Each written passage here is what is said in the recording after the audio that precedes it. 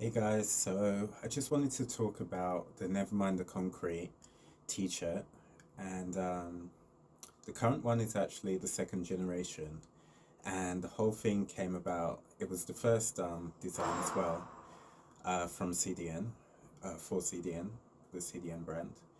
But the whole thing came about because there was a exhibition in Croydon years ago, sometime within the last 10 years, and it was hosted by the National Trust. So it was, I think it was, you'd say, kind of like it was a bit of a pop-up tour, and it was quite unusual for the National Trust to do something like this.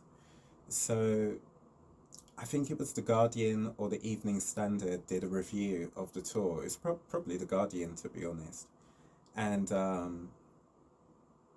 they said something like, the National Trust in Croydon, you think of the National Trust as stately homes, the countryside, greenery, beauty, not like a concrete jungle.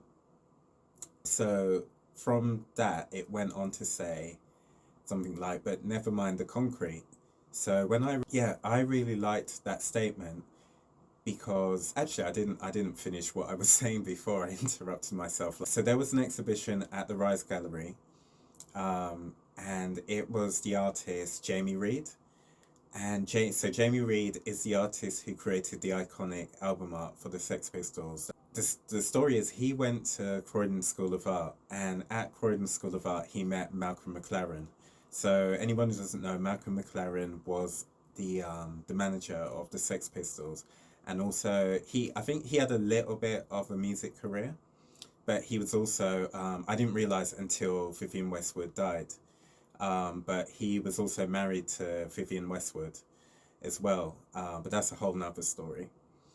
So I liked it because it had that. Not only was obviously the article about Croydon and this tour that was about mid-century architecture. So Croydon has this skyline and these office buildings that started being built, I believe, like in the 50s and through the 60s, maybe some in the 70s.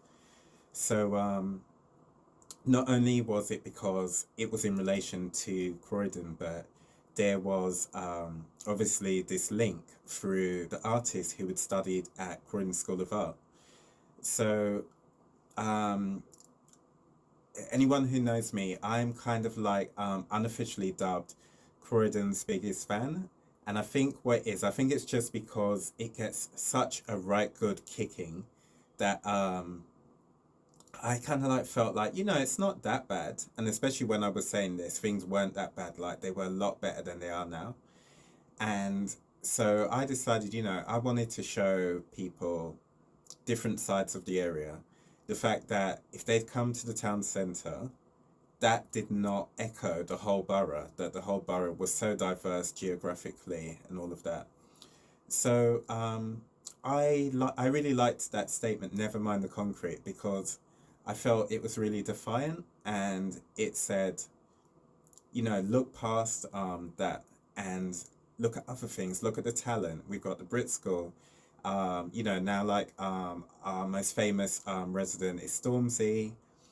But now you've got Aaron Pierre, who's like come up. He's from West Croydon. You've got the Brit School, so you've got loads of people who've come out of the area who either studied at places like the Brit School, Croydon School of Art, Croydon College, or they were raised here.